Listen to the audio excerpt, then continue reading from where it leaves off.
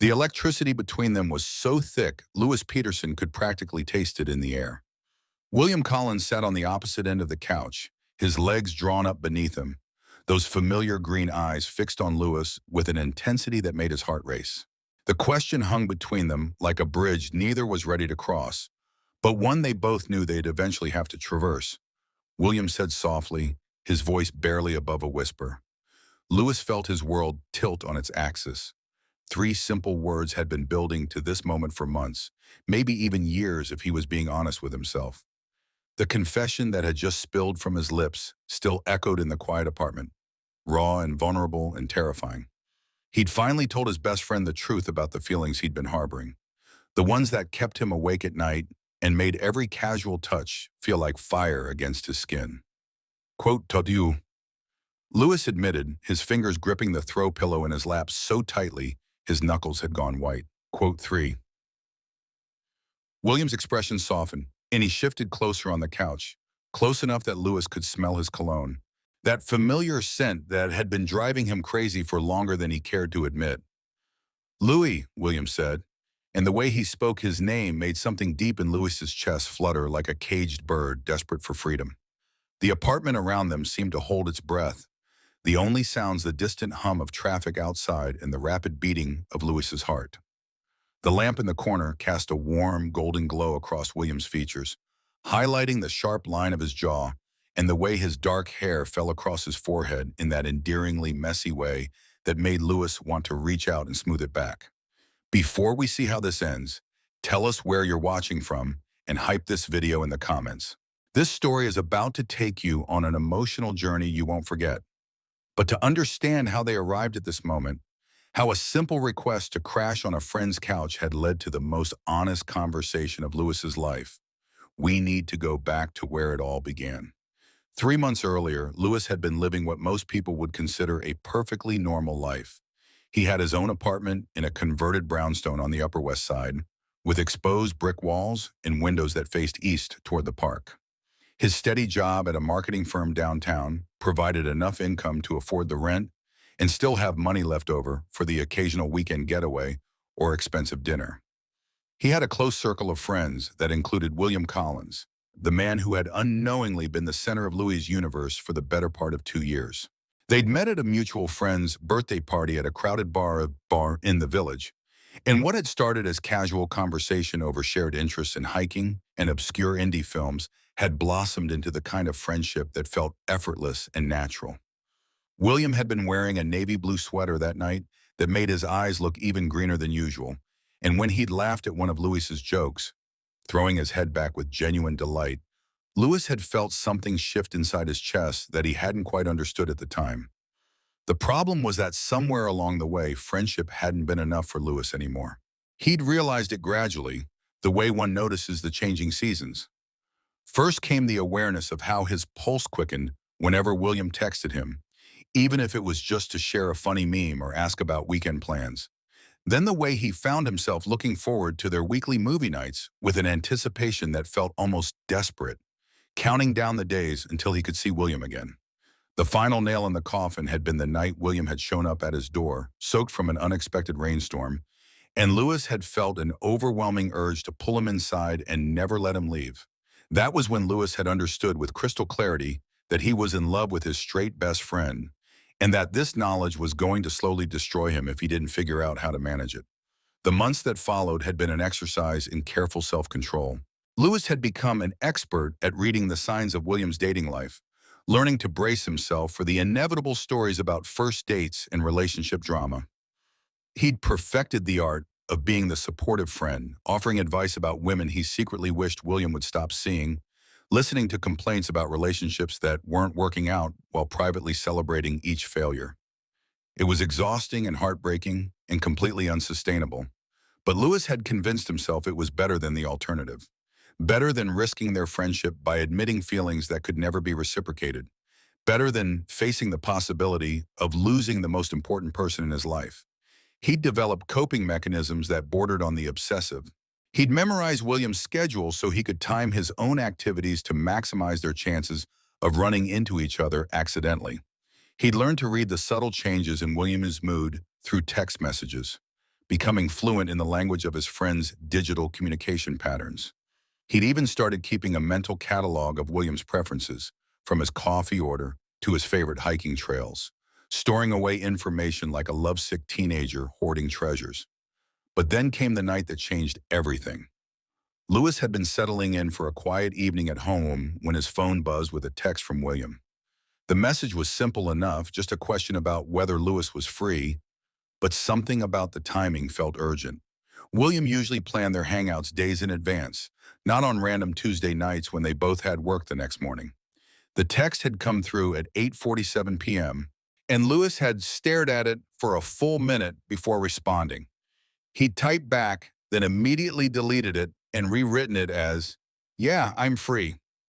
Everything okay?"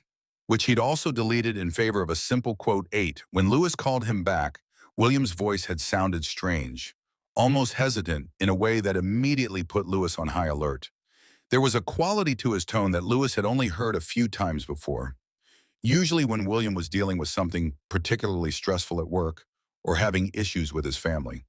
"Hey, I know this is weird timing," William had said, and Lewis could hear the sound of traffic in the background, suggesting he was calling from his car. "But would it be okay if I came over? I really don't want to be home alone tonight."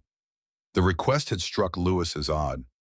William was one of the most self-sufficient people he knew, someone who genuinely enjoyed his own company and rarely reached out for emotional support.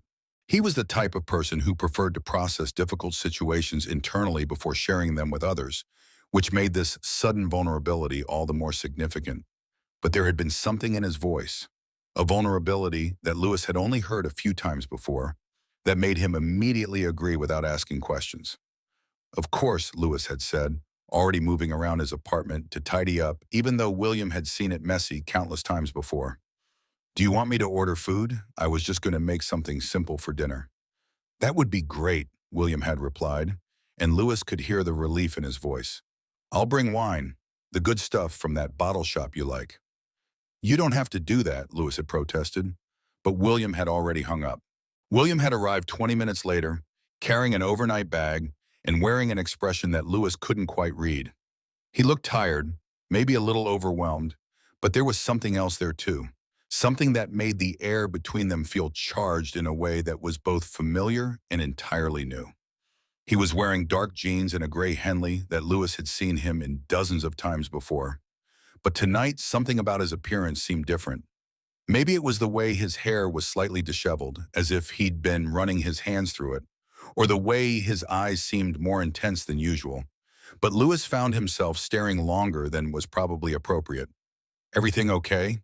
Lewis had asked as he let William into his apartment, trying to keep his voice casual despite the way his heart had started racing the moment William walked through the door. "Yeah, just needed a change of scenery," William had replied, but his smile hadn't quite reached his eyes. Chapter 18. They'd fallen into their usual routine, ordering takeout from the Thai place down the street and queuing up a movie from Louis's extensive collection of films William had never seen. But Lewis couldn't shake the feeling that something was different. William seemed more subdued than normal, more thoughtful, and there were moments when Lewis caught him staring into space with an expression that looked almost lost. The takeout had arrived faster than expected, and they'd spread the containers across Louis's coffee table, eating with chopsticks while a documentary about mountain climbing played in the background. William had picked at his food more than usual, taking small bites and setting his chopsticks down frequently to stare at the television without really watching. It wasn't until they were halfway through the film, sharing the couch in the dim light of the television, that William had finally opened up about what was really bothering him. Quote 19, he'd said suddenly, his eyes still fixed on the screen, but his voice carrying the weight of recent decision. Lewis had felt a familiar mixture of sympathy and secret relief. Sarah had been William's girlfriend for about 3 months, a perfectly nice woman who worked in finance and had never done anything wrong except fail to make William truly happy. She was attractive and intelligent and had all the qualities that should have made her perfect for William. But Lewis had watched their relationship with the careful attention of someone who knew exactly what signs to look for, and he'd seen the writing on the wall weeks ago. "I'm sorry," Lewis had said, and he'd meant it, even as part of him celebrated internally. What 21? William had been quiet for a long moment, his hands fidgeting with the throw pillow in his lap. When he finally spoke, his words had caught Lewis completely off guard. Quote 22. William's voice had been soft, almost contemplative. She said it was like I was saving the best parts of myself for someone else. The honesty in William's voice had made Lewis's chest tighten. He'd wanted to say something comforting, something that would ease the obvious pain in his friend's expression, but the words had stuck in his throat. The thing is, William had continued, she wasn't wrong. I was holding back. I kept waiting to feel something more, something deeper, but it never came. And that's not fair to her. Lewis had nodded, not trusting himself to speak. This was dangerous territory, the kind of conversation that made his carefully constructed walls feel paper thin. It's like I've been going through the motions for years, William had said, finally turning to look at Lewis directly.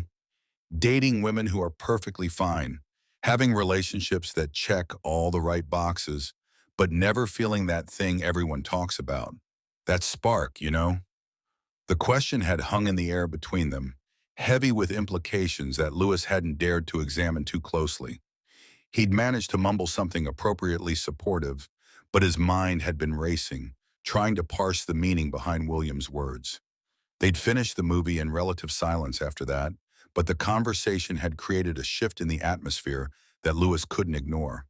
There was a new awareness between them, a tension that felt both terrifying and electric. When it came time for bed, William had hesitated in the hallway, his overnight bag clutched in one hand and an expression of uncertainty on his face. Quote 28, he'd offered, even though they both knew Lewis's guest room was perfectly comfortable. Lewis had replied, trying to keep his voice steady, but as they'd said goodnight and headed to their respective rooms, Lewis had caught something in William's expression that made his pulse skip. It was just a moment, a flicker of something that might have been longing, but it had been enough to keep Lewis awake for hours, staring at the ceiling and wondering if he was reading too much into everything.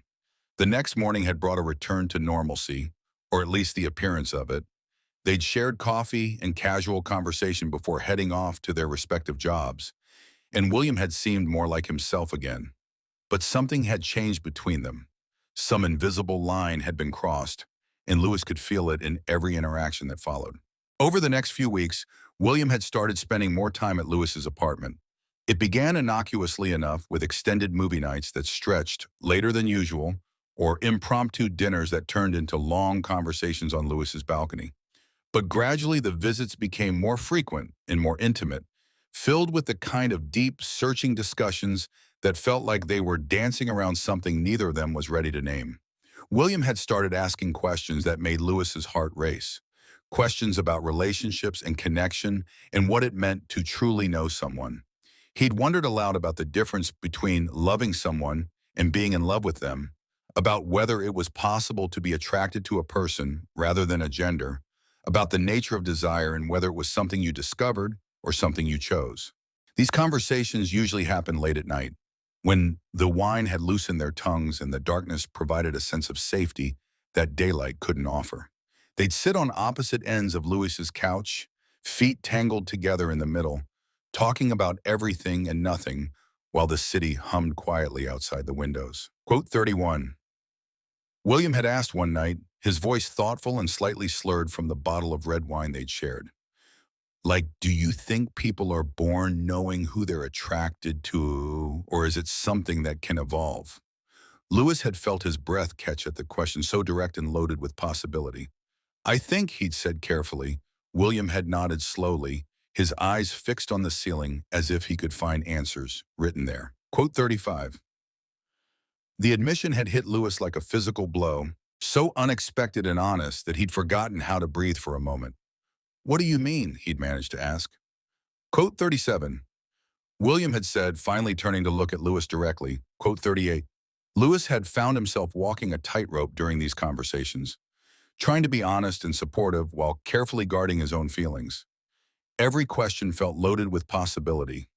Every thoughtful pause seemed to crackle with unspoken tension. The breakthrough had come on a Friday night, 3 weeks after that first unexpected visit. They'd been sharing a bottle of wine on Louis's couch, the conversation meandering through topics both serious and silly, When William had gone quiet for a long moment, the silence had stretched between them, comfortable but charged, and Lewis had been acutely aware of every detail of the moment. The way the lamplight caught the gold flecks in William's green eyes, the way his dark hair fell across his forehead, the way his fingers traced absent patterns on the throw pillow in his lap. "Can I ask you something personal?" he'd said finally, his voice soft and slightly uncertain. Lewis had nodded even though his heart had immediately started pounding. The question had hit Lewis like a physical blow, so unexpected and direct that for a moment he'd forgotten how to breathe. William had been watching him carefully, his green eyes searching Lewis's face for some kind of answer. And Lewis had felt like every secret he'd ever kept was written across his features. "I," Lewis had started, then stopped, his mind reeling. This was it, the moment he had been dreading and hoping for in equal measure. The moment when his carefully constructed walls would either save him or come crashing down around him. William had continued when Lewis failed to respond. Kutwani, Lewis had felt like the world had shifted beneath him, like everything he thought he knew about his life had suddenly been called into question. Kutan, he'd managed to say, but his voice had come out as barely a whisper. "I know it's crazy," William had said quickly, as if he was afraid Lewis might run away if he didn't get all the words out fast enough. Kutan. The honesty in William's voice had been devastating in its vulnerability. Lewis had seen the fear there, the uncertainty, but also something that looked like hope, and it had made his chest ache with a mixture of terror and desperate longing. "It doesn't come out of nowhere," Lewis had admitted, the words tumbling out before he could stop them. "I've been thinking about it too, for longer than I probably should have been." The confession had hung between them like a live wire, dangerous and electric and impossible to ignore. William had moved closer on the couch, close enough that Lewis could feel the warmth radiating from his skin, and for a moment it had seemed like the most natural thing in the world for their lips to meet. But then William had pulled back slightly, his expression conflicted. "I don't want to mess this up," he'd said. Quote Vep1, Lewis had understood the fear behind those words, had felt it echoing in his own chest. The possibility of losing what they had was terrifying, but the possibility of missing what they could have felt even worse. Lewis had asked gently, quote 53. William had looked at him for a long moment, his eyes searching Lewis's face as if he could find the answer written there. "Then I guess I'd want to figure it out with you," he'd said finally. That conversation had opened a door that neither of them could close. Over the following days, they'd found themselves in increasingly intimate situations, sharing touches that lingered just a moment too long, having conversations that felt more like confessions than casual chats. William had started staying over more frequently, sometimes in the guest room, but increasingly often falling asleep on the couch during their movie nights, close enough to Louis that he could hear every breath, every shift of movement in the darkness. The tension between them had built like a storm gathering strength, accumulating charge with every shared glance and accidental touch. Louis had found himself hyper-aware of William's presence in ways that were both thrilling and torturous. The brush of fingers when they reached for the same thing, the way William's eyes would sometimes linger on Lewis's mouth when he was talking, the casual intimacy of sharing space that felt anything but casual anymore. William had started initiating physical contact more frequently, small gestures that could be explained away as friendship but felt loaded with meaning. A hand on Lewis's shoulder during conversation, fingers trailing across his arm when reaching for something, the kind of unconscious touching that spoke to a comfort level that went beyond platonic. These moments of contact had become like small electric shocks for Lewis, each touch sending waves of awareness through his entire body. He'd found himself cataloging every instance, replaying them in his mind when he was alone, analyzing each gesture for hidden meaning. One evening as they'd been cleaning up after dinner, William had moved behind Louis at the kitchen sink, ostensibly to put away dishes, but his presence had been so close that Louis could feel the heat of his body against his back. For a moment, they'd both gone still, the simple act of washing dishes suddenly charged with an electricity that made Louis's hands tremble. The kitchen had felt impossibly small in that moment, the air thick with unspoken tension. Louis had been acutely aware of every detail, the sound of William's breathing behind him, the faint scent of his cologne, the way the warmth of his body seemed to radiate through the small space between them. "But today if I'm buying," William had said softly, his voice so close to Lewis's ear that it had sent shivers down his spine. "Yeah?" Lewis had managed to respond, not trusting himself to turn around. "Thank you for letting me figure this out, for being patient with me." The gratitude in William's voice had been almost too much to bear.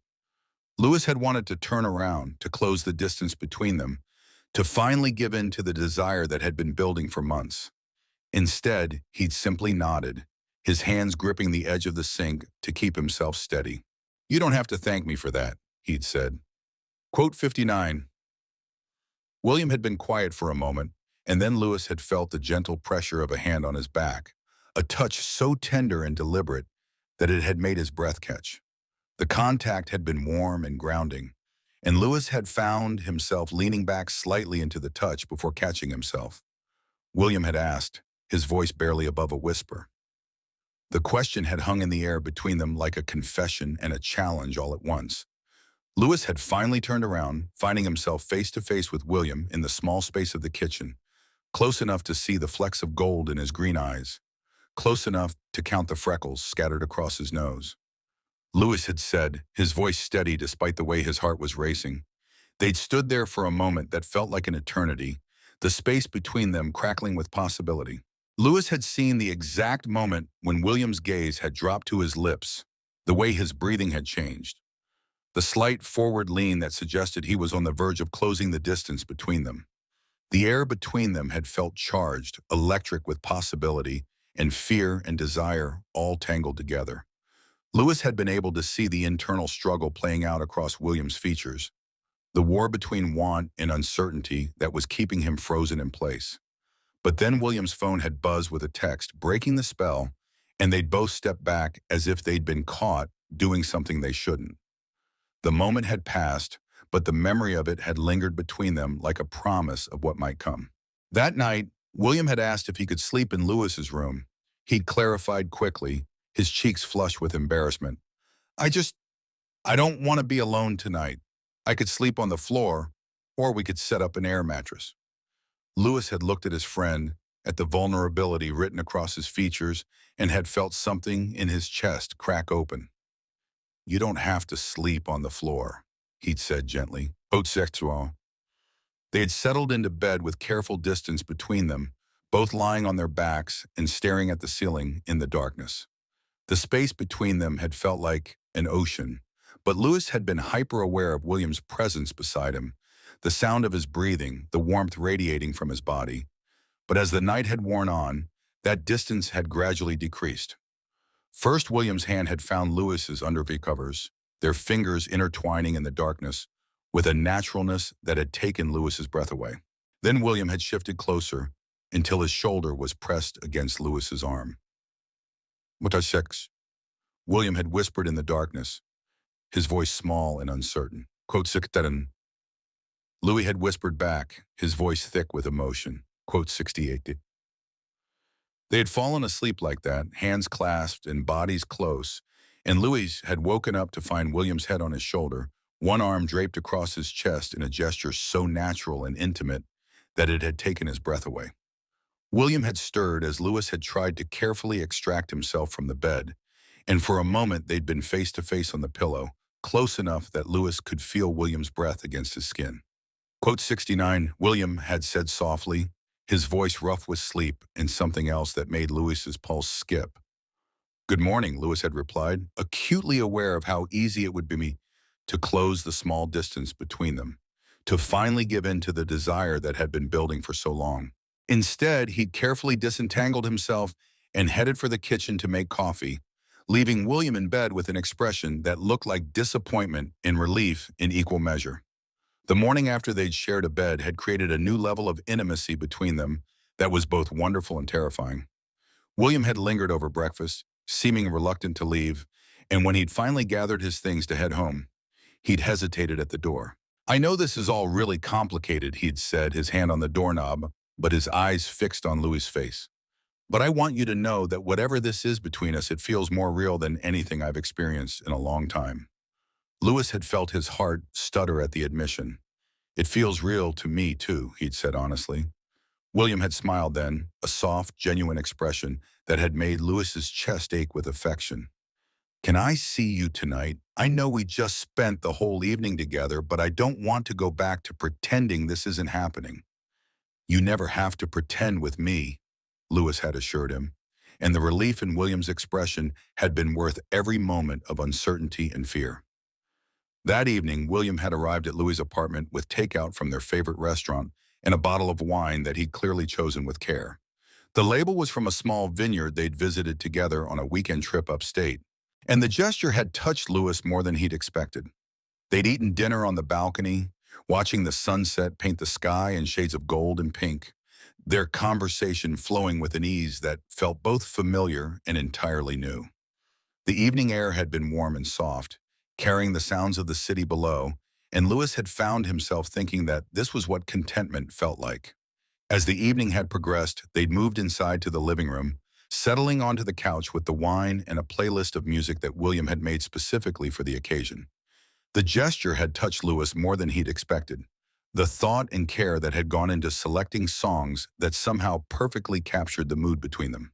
I've been doing some thinking, William had said, as they'd settled into their usual spots on opposite ends of the couch, though the distance between them had felt more charged than ever. Code 77.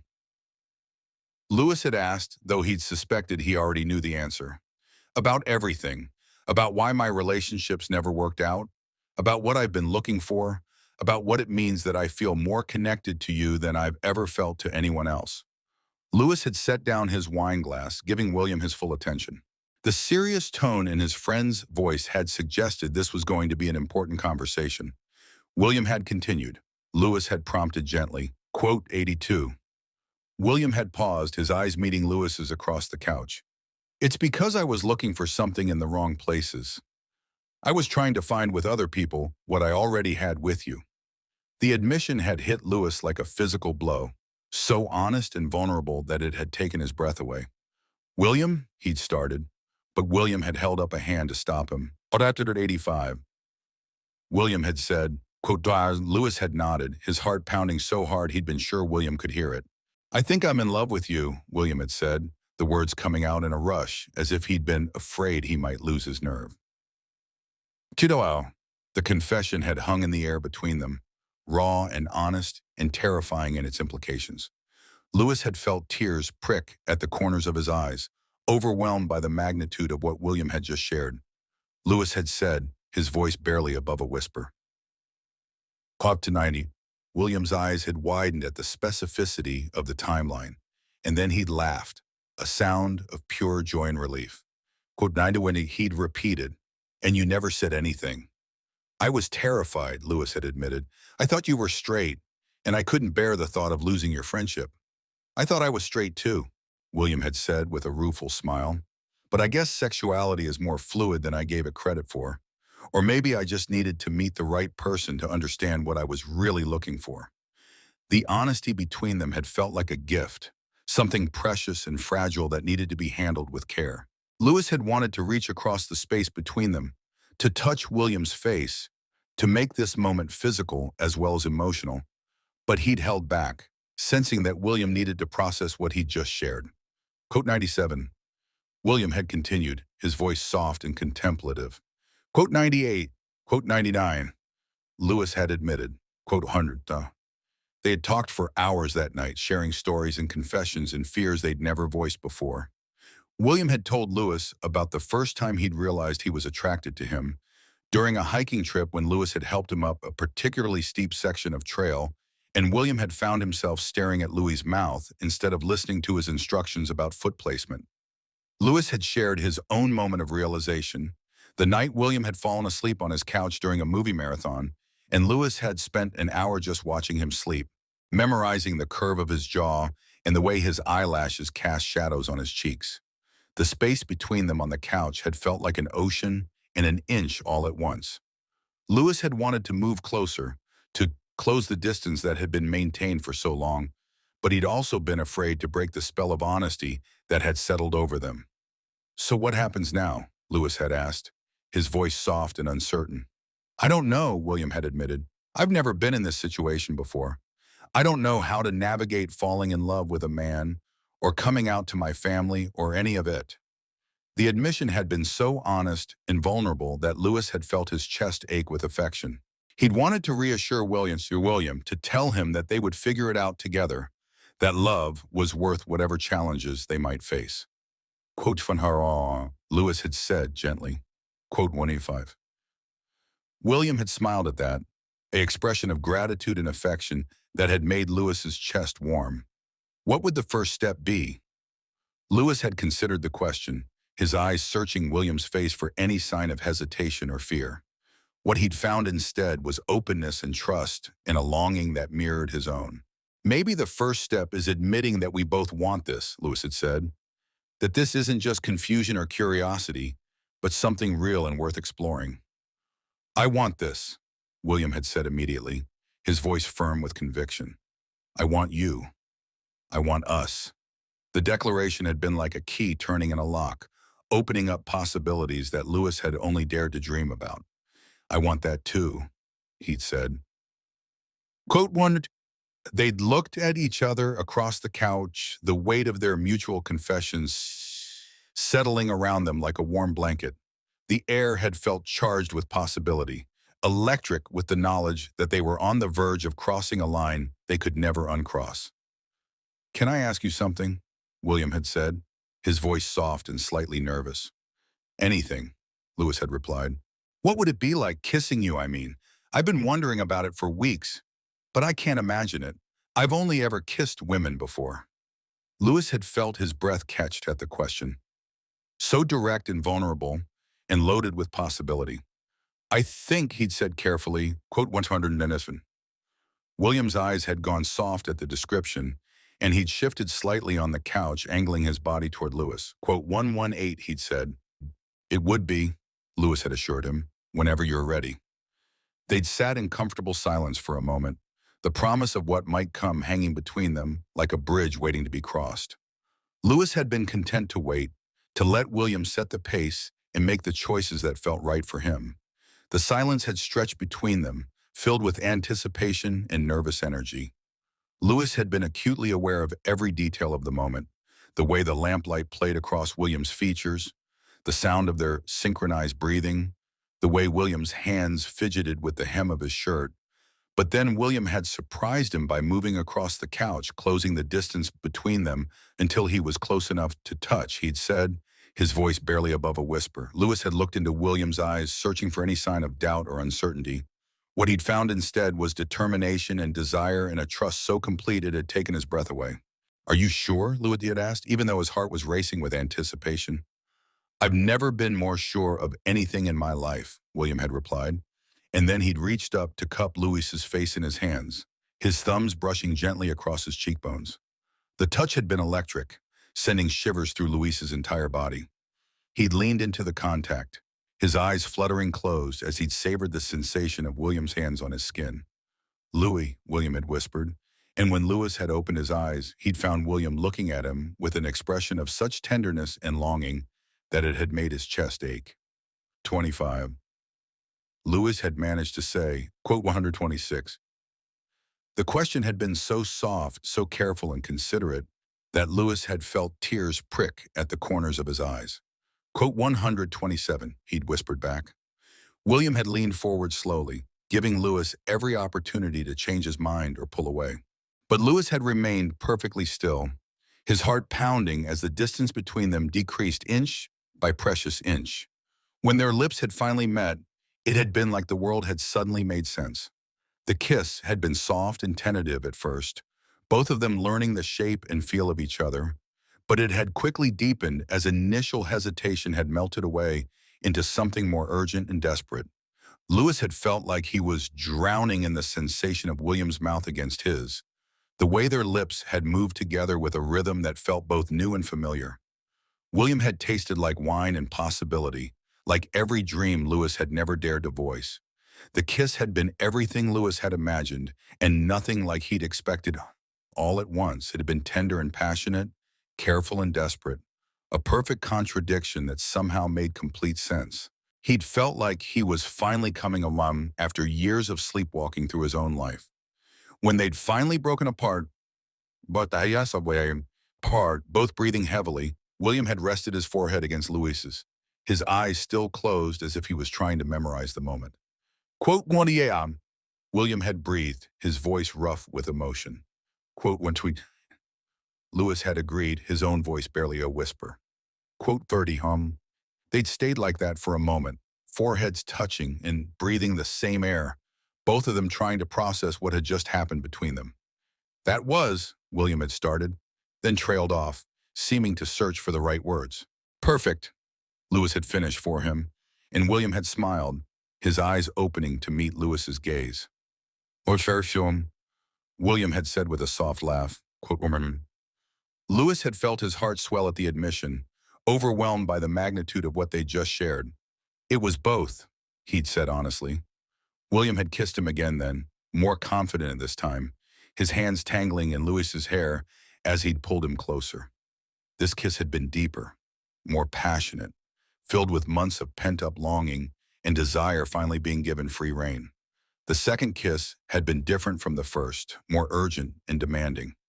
Louis had felt William's confidence growing with each passing second, the way he'd become more assertive, more willing to take what he wanted. It had been intoxicating, feeling William discover this part of himself in real time. When they'd broken apart the second time, both of them had been breathing hard, their hearts racing in synchrony. I can't believe we waited so long to do that, William had said, his voice filled with wonder and a hint of regret. We weren't ready before, Louis had said gently. You needed time to figure things out, and I needed to learn how to be brave enough to risk our friendship. William had looked at him with an expression of such love and gratitude that it had made Louis's chest ache. But 139 and he'd said, I'm so glad we both were. They had spent the rest of the evening talking and kissing and exploring this new dimension of their relationship. Every touch had felt revelatory, every kiss like a small miracle.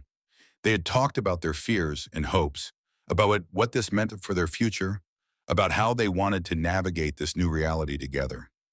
The conversation had flowed between serious and playful, punctuated by kisses and gentle touches that felt both natural and revolutionary.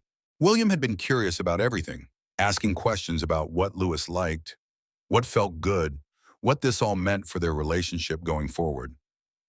As the night had grown later, they'd found themselves lying on the couch, Louis's head on William's chest, listening to the steady rhythm of his heartbeat. It had felt like the most natural thing in the world, like they'd been meant to fit together this way all along. I love you, William had said into the darkness, his voice soft but certain. I love you too, Louis had replied, the words feeling both familiar and entirely new on his tongue. They'd fallen asleep like that, wrapped around each other on the couch, and Louis had woken up the next morning with a sense of peace and rightness that he'd never experienced before. The weeks that followed had been a period of adjustment and discovery for both of them. William had needed time to process what his newfound feelings meant for his understanding of himself. And Louis had needed to learn how to be in a relationship with someone who was still figuring out his sexuality. They'd taken things slowly, both physically and emotionally, building their romantic relationship on the foundation of their existing friendship. Every milestone had felt significant, from their first official date to the first time William had introduced Louis as his boyfriend to the night they'd finally made love for the first time. Their first official date had been to a small Italian restaurant in the village, the kind of place with checkered tablecloths and candles in wine bottles. William had been nervous, fidgeting with his napkin and stumbling over his words in a way that Louis had found absolutely endearing.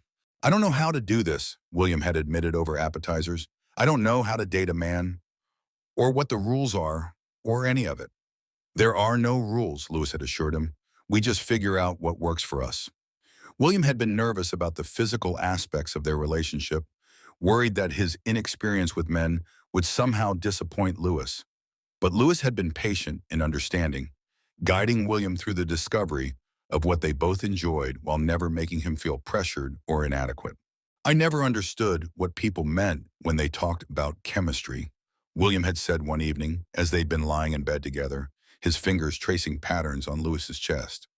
But this, what we have, it's like every cliche about love songs suddenly makes sense. Louis had smiled at the admission, pressing a kiss to the top of William's head. Quote 149, he'd said, It's like I spent years wondering what all the fuss was about, and now I understand why people write poetry about this feeling.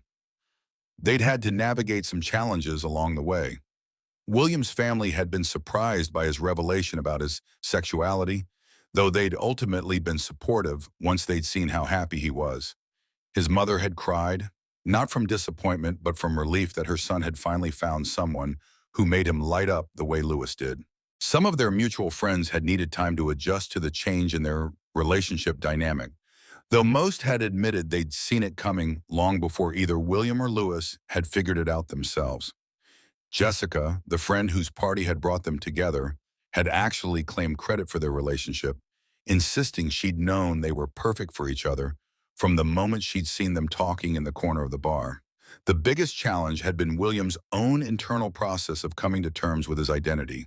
There had been moments of doubt and confusion, times when he'd worried that he was somehow betraying his past self or living a lie.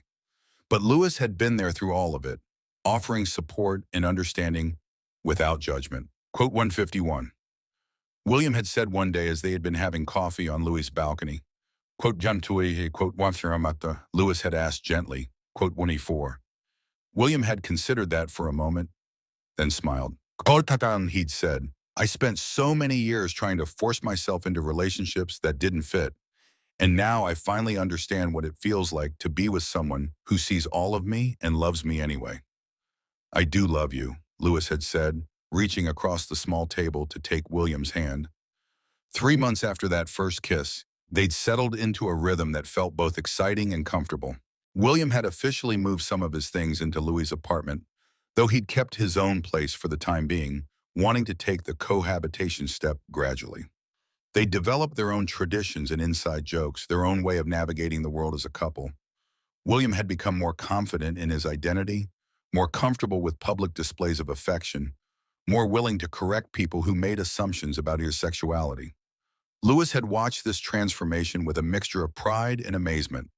The man he'd fallen in love with had always been confident and charismatic, but there was something new in William's demeanor now, a sense of authenticity and self-acceptance that made him even more attractive. Quote 159. William had said one evening as they had been making dinner together in Lewis's kitchen, there had been something in his tone that had made Lewis look up from the vegetables he'd been chopping. What is it? Lewis had asked, noting the nervous energy in William's expression. William had said, moving to stand closer to Lewis. Quiet too. Lewis had felt his heart skip at the declaration. Quote, which 60th eachly he'd said softly, I can see it in the way you look at me, in the way you've embraced this part of yourself. I want to make it official, William had continued, his voice gaining strength. I want to move in here permanently. I want to tell everyone we meet that you're my boyfriend. I want to build a life with you. The words had hit Lewis like a warm wave, filling him with a happiness so complete it had been almost overwhelming. Are you sure? He'd asked, even though he could see the certainty written across William's features. I've never been more sure of anything, William had said, echoing the words he'd spoken before their first kiss. Kuchan, Lewis had set down his knife and turned to face William fully, his hands coming up to frame his boyfriend's face. I want all of that too, he'd said. But what a moment. William had kissed him then, soft and sweet and full of promise. When they'd broken apart, both of them had been smiling so widely it had been almost impossible to kiss properly. So that's a yes to me moving in? William had asked, his eyes twinkling with humor and happiness. That's a yes to everything, Lewis had confirmed. To moving in, to building a life together, to whatever comes next. They'd spent the rest of the evening making plans, talking about how they wanted to arrange the apartment, what traditions they wanted to establish as a couple, what their goals were for the future. It had felt like the most natural conversation in the world, like they were simply acknowledging something that had already been true for a long time. 6 months into their relationship, Lewis had looked back on the journey that had brought them together with a sense of wonder and gratitude. What had started as a simple friendship had evolved into something deeper and more meaningful than he'd ever imagined possible. William had fully embraced his identity as a gay man, becoming an advocate for LGBTQ rights at his workplace, and even joining a local community group for people who'd come out later in life. His confidence in himself and their relationship had grown exponentially, and Lewis had fallen in love with him all over again, watching him become so comfortable in his own skin. They'd faced challenges along the way, moments of doubt and difficulty that had tested their commitment to each other. But each obstacle had only made them stronger, more certain that what they had was worth fighting for. "Do you ever regret it?" Lewis had asked one evening as they'd been cuddled together on their couch, watching a movie they had both seen a dozen times before. "Coming out, changing your whole life, dealing with all the complications?" William had turned to look at him with an expression of such love and certainty that it had taken Louis's breath away. "Kudasut," he had said without hesitation. "Not for a single second. This is the best thing that's ever happened to me." "Even when your mom asks when we're going to give her grandchildren," Louis had teased, referencing a recent family dinner that had included some well-meaning but awkward questions about their future plans. "Especially then," and William had laughed, "because I get to tell her that we're too busy being disgustingly happy to think about anything else right now." Louis had smiled at that, pressing closer to William's warmth. William had agreed, pressing a kiss to the top of Louis' head. "I love our disgusting happiness." They'd settled back into comfortable silence, both of them content to simply exist in each other's presence. It was these quiet moments that Louis treasured most, the everyday intimacy of sharing space and time with someone who understood him completely. "Louis," William had said softly after a few minutes. "Hmm? Thank you for being patient with me, for letting me figure this out at my own pace, for loving me even when I was too scared to love myself." Louis had tilted his head up to meet William's gaze, seeing the emotion there that still sometimes caught him off guard with its intensity. He'd said gently, "It's the easiest thing I've ever done." William had kissed him then, low and sweet and full of the kind of love that poets spent lifetimes trying to capture in words. When they'd broken apart, both of them had been smiling, their foreheads resting together in the gesture that had become their signature form of intimacy. "Kotarma," William had whispered against Louis's lips. "More than I ever knew it was possible to love someone." And that brought them back to this moment, to the conversation that had started it all. Louis could see now how every interaction, every shared glance and casual touch had been leading them toward this inevitable conclusion. The request to stay over hadn't been about avoiding an empty apartment. It had been about William finally being brave enough to reach for what he wanted. "Quote Wannington," William said now, his voice soft and full of affection as he reached across the space between them to take Louis's hand. "Here we are." "Here we are," Louis agreed, marveling at how right it felt to have William's fingers intertwined with his own. "Quote one and nine done," William's smile was radiant, transforming his entire face with its warmth. Every single second of uncertainty, every moment of fear, every sleepless night wondering if I was crazy for feeling this way, all of it was worth it to get to this. Louis felt his chest swell with emotion, overwhelmed by the magnitude of what they'd found together. "Quote 197, he said. "Quote 198 and quote 199, William prompted, his thumb tracing gentle circles on the back of Louis's hand. "Now I think maybe the best kind of love is the kind that feels like coming home," Louis said. "The kind that grows out of friendship and trust and really seeing each other for who we are." William's eyes went soft at the words, and he shifted closer on the couch until their knees were touching. He said, they sat in comfortable silence for a moment, both of them processing the magnitude of what they'd shared and what it meant for their future. The apartment around them felt different now, charged with new possibilities and the promise of all the tomorrows they would spend together. The silence stretched between them, filled with contentment and the quiet satisfaction of finally being exactly where they belonged. Louis found himself thinking about all the small moments that had led them here, all the seemingly insignificant interactions that had actually been building blocks in the foundation of their love. "So what happens now?" Lou asked, echoing the question he'd posed months earlier when they'd first begun this journey. "Now," William said, his voice full of certainty and joy, "we figure out how to be disgustingly happy together for the rest of our lives." Louis laughed at that, the sound bright and full of hope. "I think I can handle that kind of challenge." "Good," William said, leaning in to press a soft kiss to Louis's lips. Quote 209. As they settled back into each other's arms, Louis reflected on the strange and wonderful path that had brought them to this moment. What had started as a simple friendship had evolved into something deeper and more meaningful than either of them had ever imagined possible. They'd both been transformed by the experience, becoming more authentic versions of themselves through the process of loving and being loved in return. Sometimes the most beautiful love stories were the ones that caught you completely off guard, Lewis thought as he listened to the steady rhythm of William's heartbeat against his chest. Sometimes the person you were meant to spend your life with was right there beside you all along, just waiting for the right moment to reveal themselves. And sometimes all it took was one honest conversation, one moment of courage, one willingness to risk everything for the possibility of something extraordinary. They were both exactly where they needed to be.